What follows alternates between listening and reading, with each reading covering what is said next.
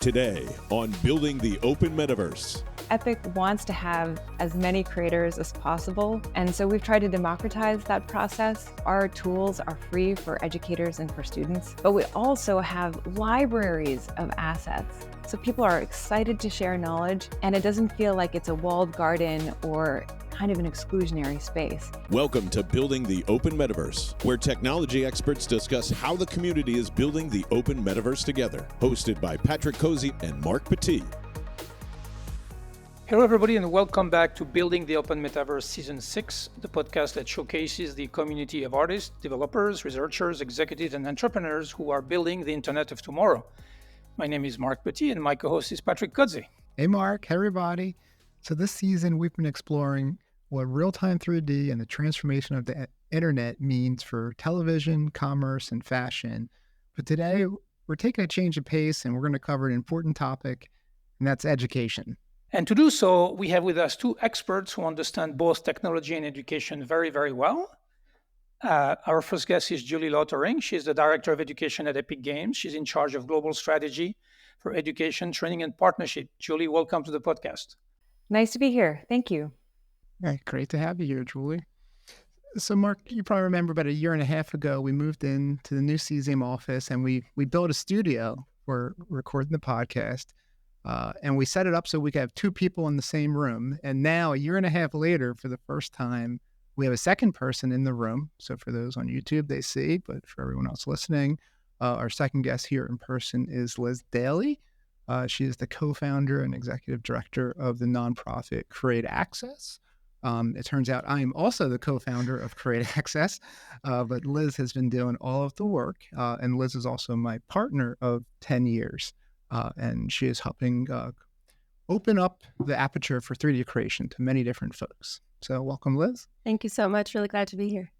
Liz, it's good to have you here. And I've heard a lot about Create Access, and I think it's a great initiative. So it's only justice that you get to talk about it. And also you, Patrick, you're going to have a dual role today because you're involved on both sides of the conversation. So. But to keep with tradition with the podcast, we'll start with Julie. Give us a quick summary, Julie, of your journey to the metaverse in your own words.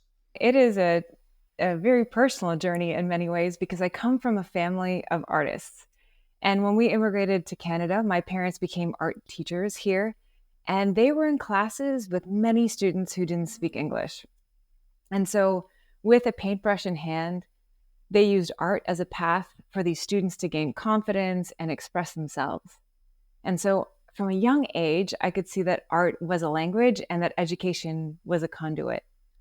But if art is a language, I really believe that technology is the systematic craft that allows us to push it forward. And so my education was in art history at first. I was just fascinated with the idea of why visualization was important to humans. And then I moved to neuroaesthetics. So like what happens in the brain when you see something beautiful, to the science of learning, which is how do we measure an increase of creativity or self-expression? And I'll be honest, I didn't know where all my skills belonged, but I had a career breakthrough when Side Effects gave me a chance to build up their education and training programs. And I fell in love with visual effects, procedural content generation, and then I loved it so much that I wanted to continue to do the work that I love so much in real time with Epic. Quite an amazing path, and you've been doing a lot of very interesting things and pioneer work at both Side Effects and Epic. I was there to see you do that. It was amazing. So how about you, Liz?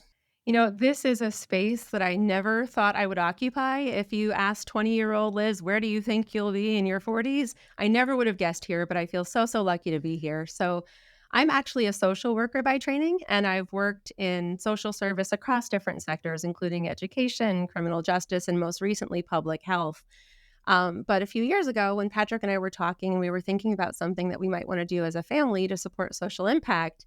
He had the vision for Create Access and looking at something that we could do to engage people in this amazing world of 3D creation. So I'm not a technologist. I have no technical background other than what I've learned since we started Create Access.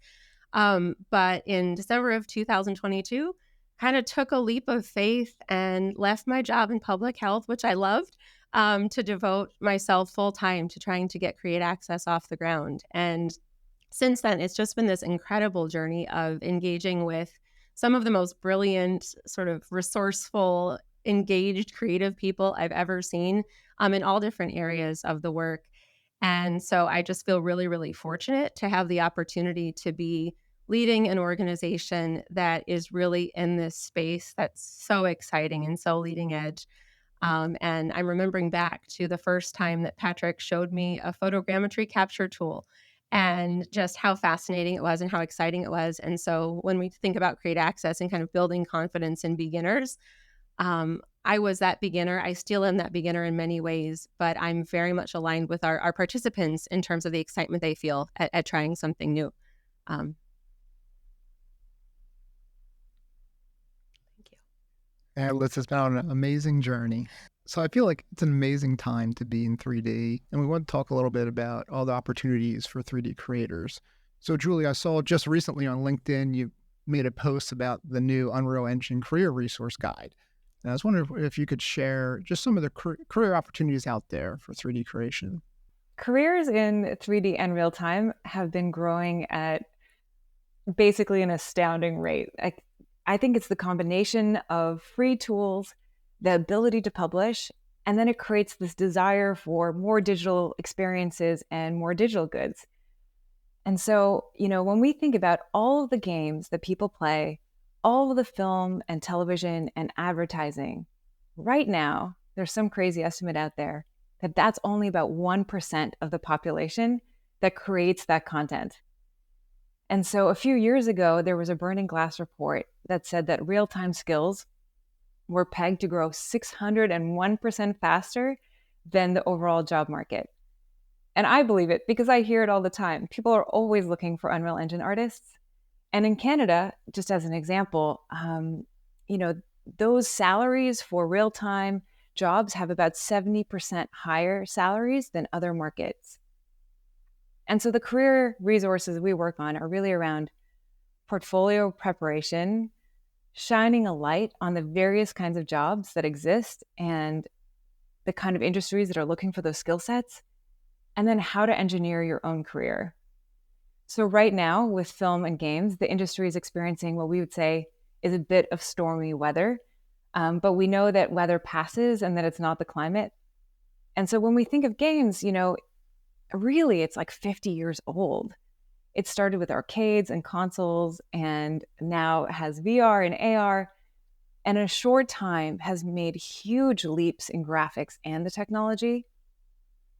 I know that it seems crazy, but it's only in 2011 that video games was considered an art. And the first country to do that was France. They legislated it as an art itself.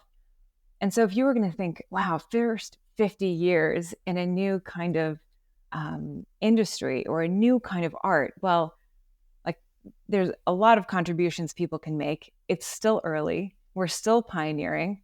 Of course, there's going to be some learning and some bumps along the way. And so right now I see that there's this conversation that's happening around building resilience into the job market and inspiring entrepreneurship. And so when I think about careers, definitely there's a lot out there just because of the growth of the industry, but also a way to engineer your own.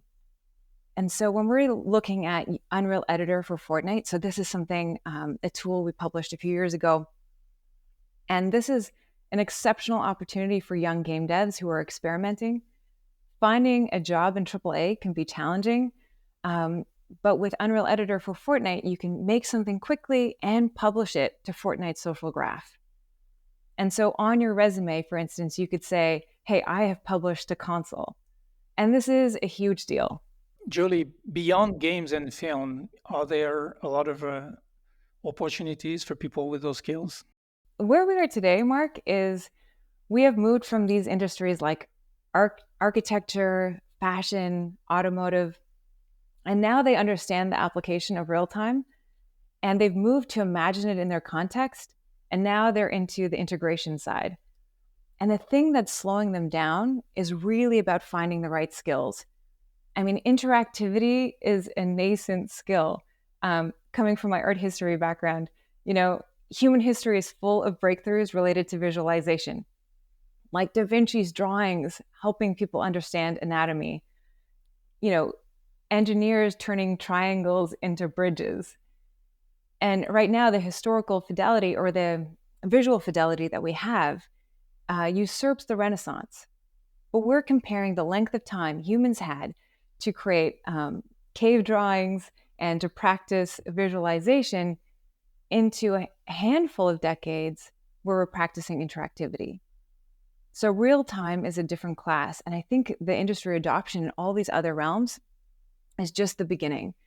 It makes sense that architects would want to move from a 2D plan when they're building something 3D to even a 3D paper model to now a virtual or digital twin that responds to weather, helps you to test lighting, and then even you can run different sizes of crowds for the building to see what it looks like. And so interaction allows these companies to model, communicate, prototype, and produce more creative results. And this is the way that I think about it. So if we think about rendering, which would have just been the visualization side of it, an artist might have to wait 5, 10, 15, and in film, sometimes 50 hours for something to render.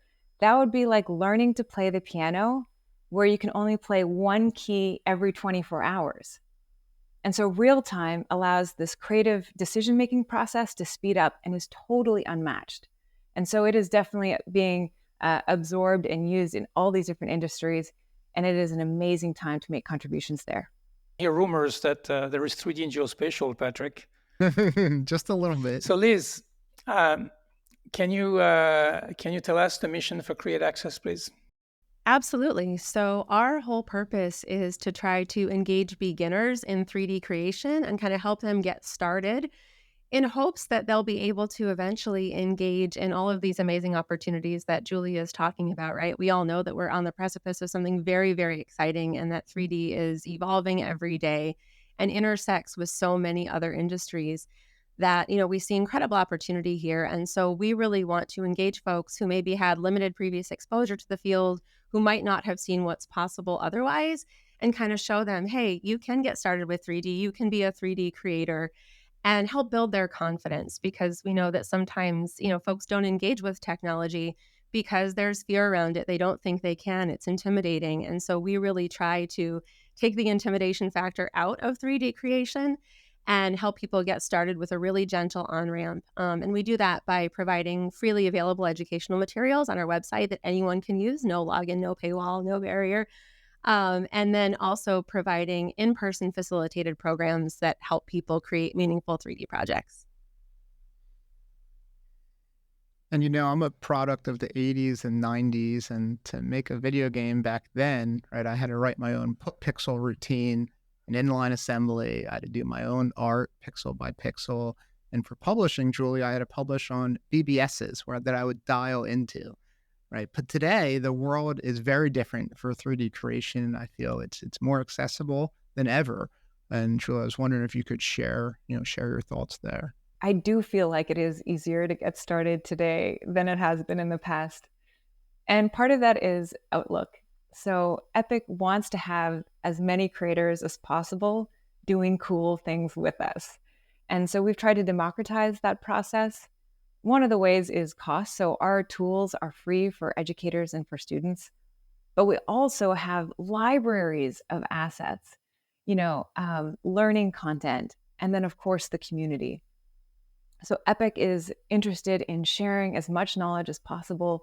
We have, today we have more tutorials. I think it's something like maybe 150, 200 tutorials that are being created by our community every month on our developer community. And that is exceptional. So people are excited to share knowledge, and it doesn't feel like it's a walled garden or kind of an exclusionary space.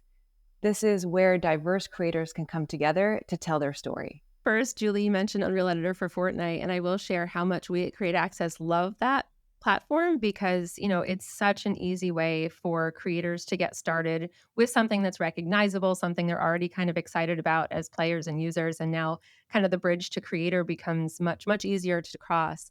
And what we love about so many of the 3D creator tools that are coming out and kind of evolving every day is that you can get started without a lot of experience, without any knowledge of how to code.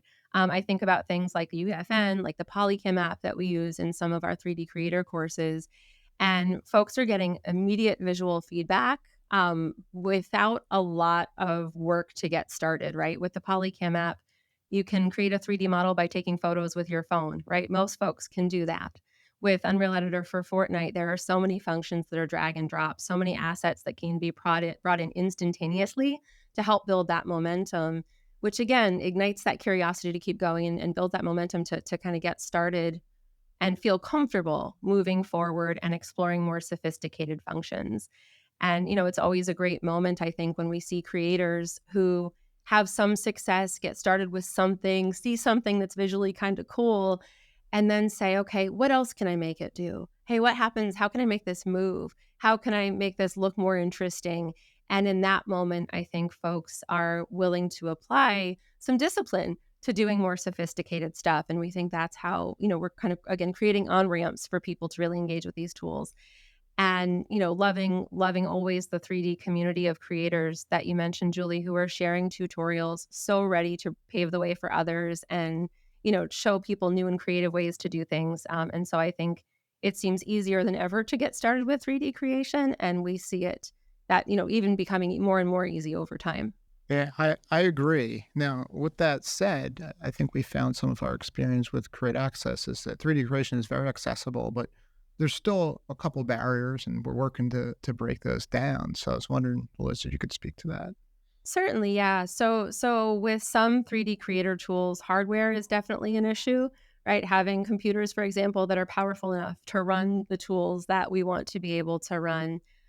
We also know that not every school has computer science education, right? So when you're thinking about school-based programs, I just saw a report from code.org that says that more than 40% of public high schools don't have computer science education, even though there are so many career opportunities that are now and expected in computer science.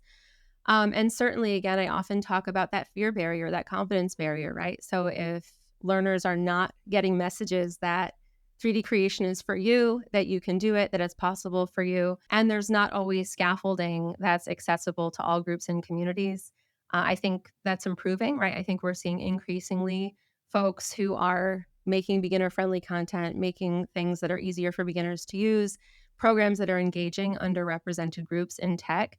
And I still think that we have a long way to go, and that's an area that we're trying to impact. So, Liz, you mentioned you went yourself through this beginning experience. Can you share how it went and how it felt? Absolutely. So I think I mentioned that my first experience with 3D creation was on Patrick and my deck, making a photogrammetry model with reality scan of a little wooden cat that I had in our house. And that for me was enough to light the spark and say, hey, this is really cool. And we have to help people kind of get started with this stuff. And I think, every moment of this journey, I've just been so grateful for a community of folks who's just really, really excited about what's going on. I mean, Julie, you talked about how Epic is trying to kind of open doors for people, wanting people to engage, wanting people to create, because we all know that the metaverse is going to be so much more interesting the more people are contributing to it, right? And the more people with diverse backgrounds and experiences are offering what they can. And so I think that I've been really, really happy for the support that we've received at every turn. I think we've been met with enthusiasm by big companies, students, small nonprofits. I think people are just really excited about 3D and have been really, really ready to help. There's no gatekeeping. There's no, hey, this is my territory. It's just about, hey, how much can we as a community build and invite people in together? And so it's been an incredible journey. And Julie, I want to name specifically you and your team, Steve Isaacs and Kathy Chow Isaacs, who 3 months into our existence as a nonprofit gave us a platform to share about our work at a couple of different conferences. And that was just so cool for us. And it just showed us the commitment to kind of uplifting all of the different ways that people are engaging with 3D. So it's just been many experiences like that where people are excited about this and wanting to bring more people into the fold. Oh gosh, that's so nice to hear, Liz. Yeah, we feel the same. We're totally inspired by our community and the contributions that they can make to the field. I think that there's this, we keep seeing how like the world has so much imagination, and we can show someone a corner, and then what they're able to do with it is just confounding. And so this feeling of wanting to shine light on the great work that's being done is true to every person that I work with at Epic, and just so lovely to see it happening with you and Create Access as well. Epic is doing so much to support the community and to support educators. Could you give us a bit of an overview of how you engage with secondary and post-secondary educators? Yeah, I love that question because I live and breathe that every day. When I start a presentation, I typically ask 3 questions. Who has had a teacher that has changed their lives? And everybody in the room will put up their hand. And I'll say, who believes that education can change a country? Everyone puts up their hand. And then my last question is always, who believes we can do it better? And everyone puts up their hand. So I wake up in the morning thinking about how education has the opportunity to change lives and countries. And then with our community, we work on defining what we can do to make it better. And so right now, what we see is that schools are focused on teaching skills, not technology. And that is appropriate. That makes so much sense.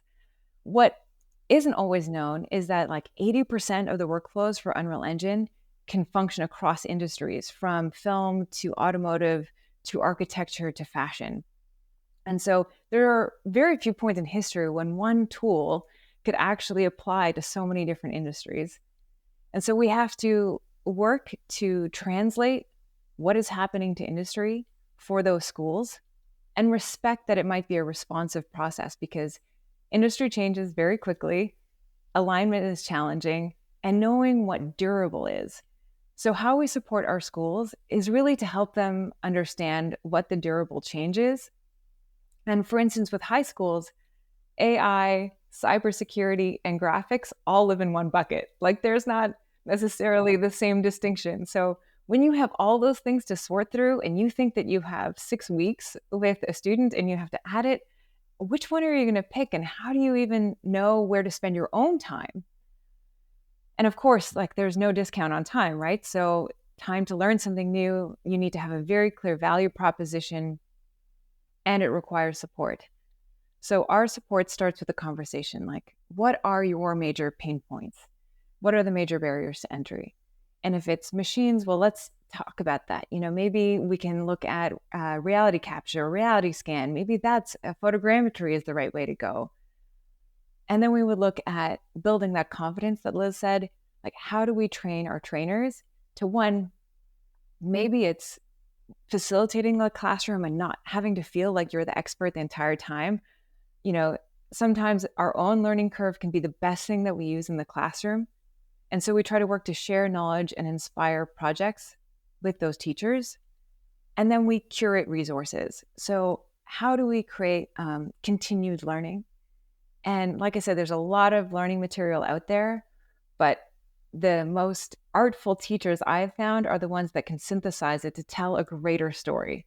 And so we'd say, okay, like you want to teach a history class using Unreal Engine. Amazing. How do we make a virtual museum? So we might have a teacher guide or student resources that look into virtual museum creation. Or it could be, hey, we want to look at climate action and climate change. And specifically in high school, these are large topics, right? But if you could actually animate them and bring them to life, and you could have your peers play with your game or view a video that you've made, all of those are different ways to have peer-to-peer learning take on. And then we look at industry insights. So we have, especially in post-secondary, a lot of virtual summits that we give where it might be, hey, these are the skills that studios are looking for. These are the real practical problems they're trying to solve. These are the things that they'd love insights on from research institutions, right? And so we bring educators and industry together. And then we have something called Unreal Academy, and this is our curated space for all of those learning resources, but also our education community. Very few people learn this alone, so we want to make sure that there's a space for us to do it together. And then I'll add one more thing, which is job placement. So many universities actually have program growth and funding through proving job placement. And that's pretty difficult. I mean, how you're actually going to measure that might be challenging. There's external factors that happen. So what we try to do is bring industry to those schools. So we noticed that like 70 to 75% of students apply to a job when they heard that company present.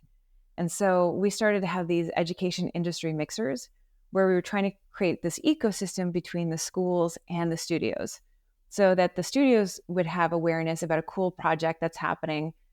Maybe there's some portfolio reviews that are happening. And then we could also create this consistent bridge so that the studios were doing recruitment in those schools. You mentioned high school and secondary education. What is the level of awareness of, of institutions, governments? Because as we move forward with the metaverse, there will be a creator economy, and having a population that is well versed with creativity and creation is going to become a strong differentiator. Can you tell us if there is an awareness around this issue already, or if that's something we still need to evangelize? Because it's going to be a global opportunity, and we've seen third world countries, already step up. In the creator economy, you're going to have an equal chance to participate because it's going to be a global opportunity. So, how do we make sure that our next generation is ready for that? I think that the ability for a country to have a framework around education and their population being part of this digital economy is very worthwhile. We see it as mixed. Some countries are totally bought in and have very systematic ways to place it in education, whereas other countries we've seen have like 2% unemployment. Creative industries isn't necessarily what has been invested in, and they feel behind. And now there's a spurred action to try to work with UNESCO, Unreal Engine, multiple universities to say that a creative city is a flourishing city. How do we bring these creative skills in place? So I think that there are mixed maturation, like a mixed level of maturation in the global economy, but we see that there is awareness. What do you think? The gap between the home experience and the classroom experience is still too big for our kids. And it's, knowing how the education system works is going to take a lot of time, to bring this technology into the classroom. And with AI, just, the ingestion of AI, and getting our kids ready for and we used to talk about this a lot, you and I, when we were at Epic. How do we get people ready for jobs that we don't even know are going to exist? So that's a challenge. And I think around creation and creativity, they are core skills that I think are still currently underrepresented in the curriculum. And so, for example, in Quebec, we try to evangelize here, but changing things in education is always things like a decade-long process. So, Julie, I like the holistic approach that Epic has taken to supporting educators, and I thought that the mixer there is a great idea. I mean, beyond academia, could you talk about who else Epic engages with, whether that's training centers or nonprofits? In many countries, post-secondary education has now grown to include programs like games or media and entertainment, 3D graphics, or real-time at all.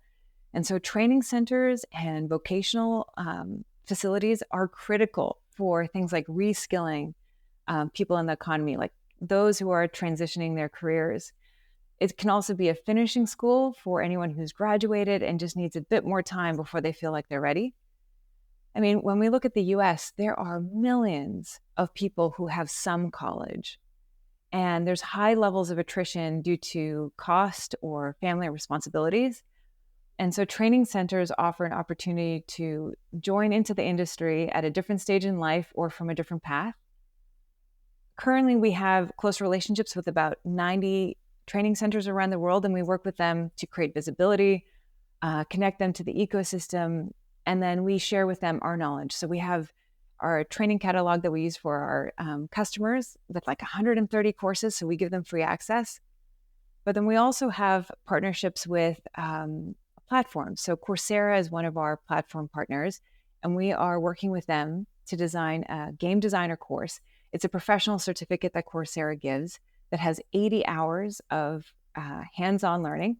So they'll be doing about 80 hours, finish with a professional certificate, and this should show hireability and employability.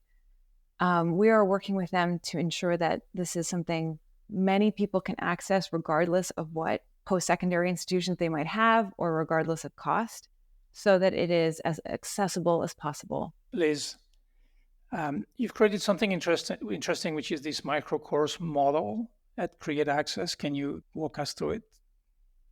So I first want to acknowledge that the microcourse model we gratefully borrowed from our collaborators at Malvern Preparatory School. They have an incredible computer science education team and incredible educators. And so we learned this from them. But our microcourse model involves developing step-by-step beginner-friendly projects where new creators can use professional creator tools to get started, and especially tools that kind of work together and string together to build personally meaningful projects. And again, our point of entry is the beginner.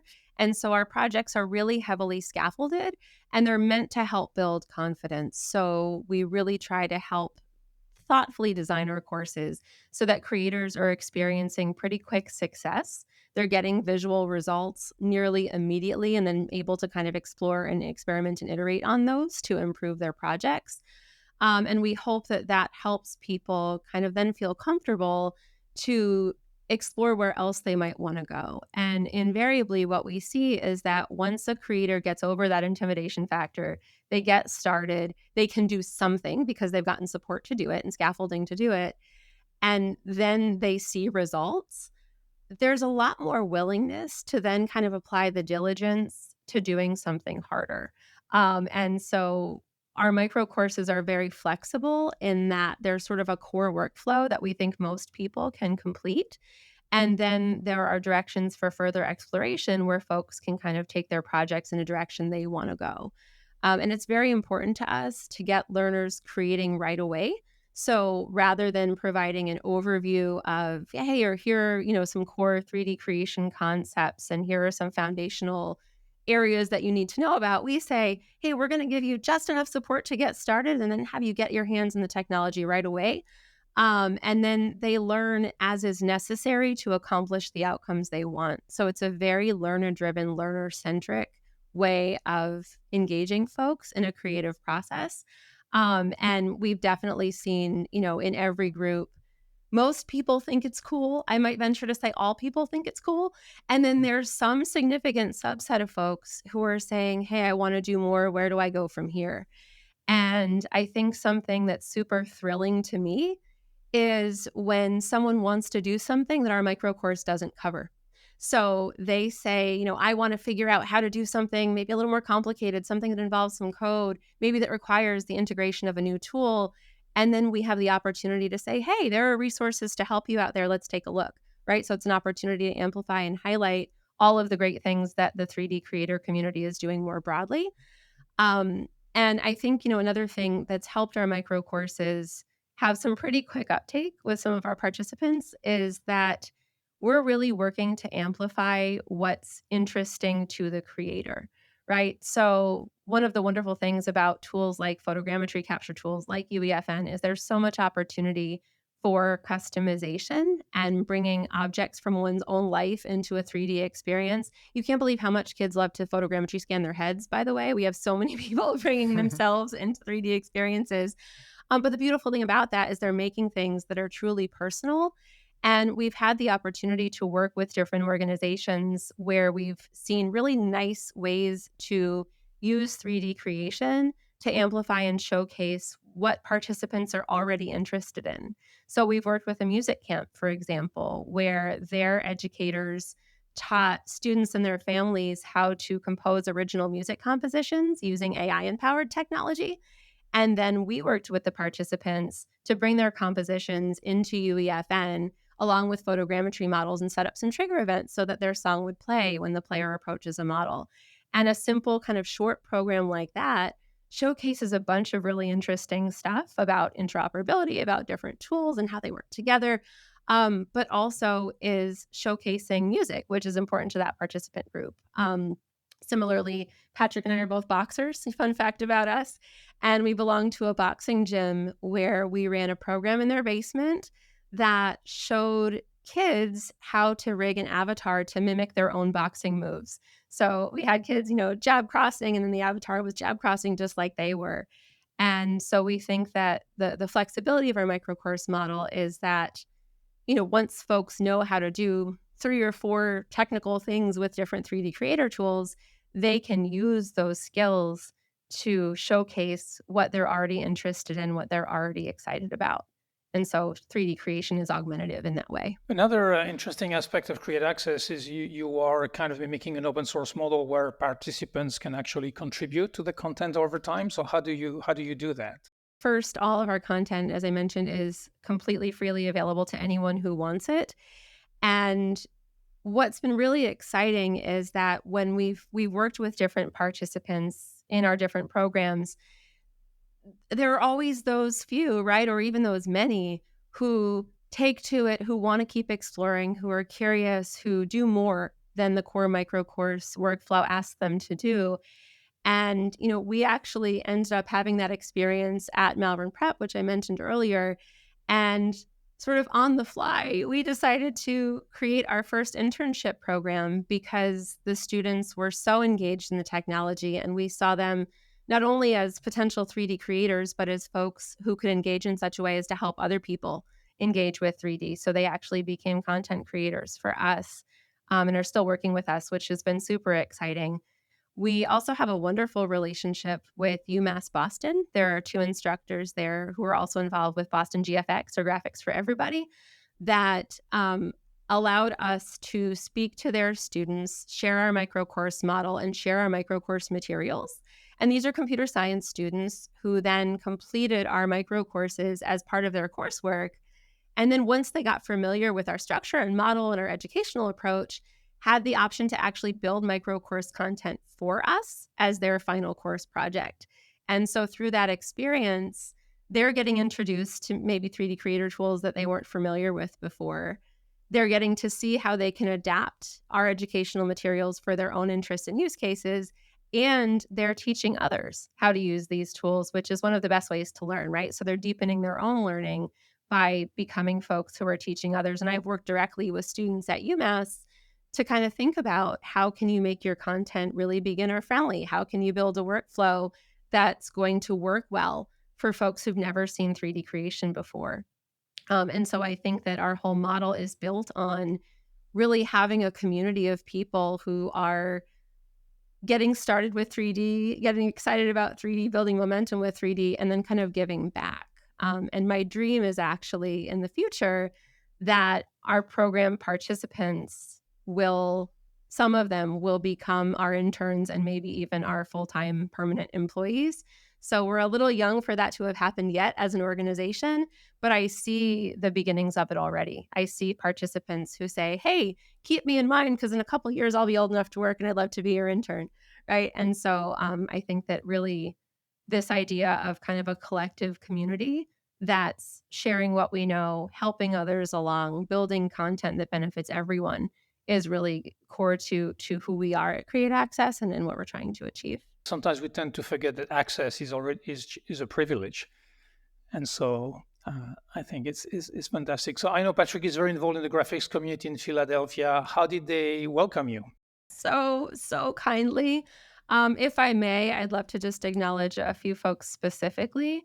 So we have wonderful support from Bentley Systems. Locally, they're located in Philadelphia and in Exton, but they're a global company. And they were kind enough to donate space for our summer team to meet in person so we could work together creatively to kind of build our first micro courses last summer. They also allowed us to deliver one of our very early pilot programs to interns that they had engaged through their internship program with Building 21 School in Philadelphia. And they actually recently made an introduction that is laying groundwork for a very promising partnership this summer that I can't share about yet, but stay tuned. So, I think we've been so fortunate to have their support and have them open their doors and give exposure to our team too, to these to their work and their beautiful office space and their wonderful team. Certainly, I think the educators that we've encountered, especially at Malvern Preparatory School, who very early on were very excited to just welcome us in and brainstorm with us. So Kevin Quinn, Lou Ozinski, they really invited us to experiment and explore with them and with their students. And I think that laid some pretty incredible groundwork for the work that we've been able to do since and the work that we're continuing to do now. I mean, of course, the folks at Cesium have been excited for us, wonderful to us. We've had volunteers in industry who are very skilled, very knowledgeable people.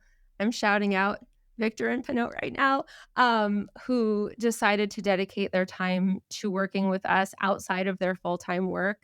So just so many different people, so many different ways that we've been supported and welcomed into the community. Pat, am I forgetting anybody? I know there's infinite people that have welcomed us. Well, we're going to do some shout outs at the end if you think of All anyone right. else. Sounds good. But I was thinking we could move on. We prepared a little bit of what I'll call a lightning round on the state and future of 3D education.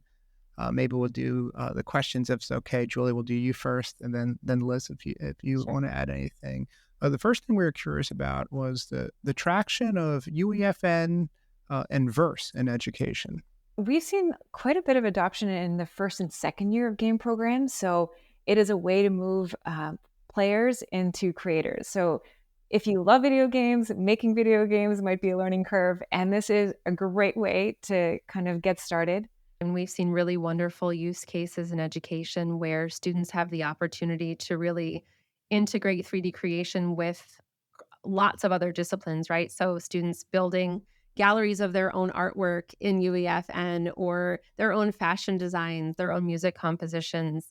I think, we have ideas about actually helping organizations showcase who they are in a 3D space. So we've explored the idea of helping nonprofits build virtual tours that are 3D representations of their work and kind of helping to spread the word about what they're doing in a new way. And so I think that there's just kind of infinite possibilities for using even some basic functions of UEFN to get to a pretty interesting outcome. And I think that, we don't dabble a lot in Verse because we're really beginner focused, but even without needing to code, there's so much that can be done and you can get so far with UEFN and make such interesting experiences that I think there's plenty for us to do before we even touch Verse. So Jensen Huang, the CEO of NVIDIA, made a controversial comment that he would not recommend anybody to go to computer science programs and learn how to code. Is that something that you think will happen, and that interactivity can be authored through AI? Right now, today, there's a lot that you can achieve without having to code. So we had this UEFN student contest, and in 5 days, they made an entire game. Now, just 5 days worth of a game, but it was that without necessarily needing to jump into Verse. And so there's a lot that's already set up. So if you need a clock, it's there. If you need certain gameplay or devices, it's there. But there's this human desire to tinker and to make it bespoke. So yes, you might have a clock and it counts in minutes, but gosh, I really want it to count in milliseconds. And so I think that there's always going to be this desire for customization. Julie, is there a person or organization you'd like to give a shout out to? I would have to give a shout out to Side Effects because I still love that company. Everything that they're doing is so innovative. I know that they really contribute a lot to the field, and I always love seeing the new developments in the tool. And they came on the podcast.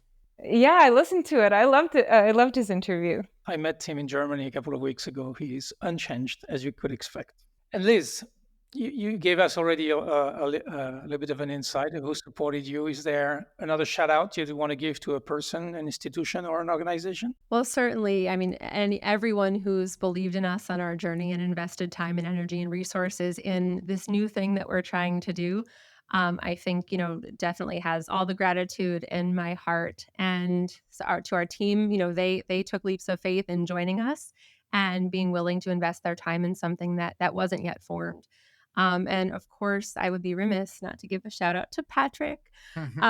Patrick is the visionary behind Create Access. He's our heart and soul. He's the person I engage around the dinner table when we're thinking about strategy, and he's trying to eat his dinner.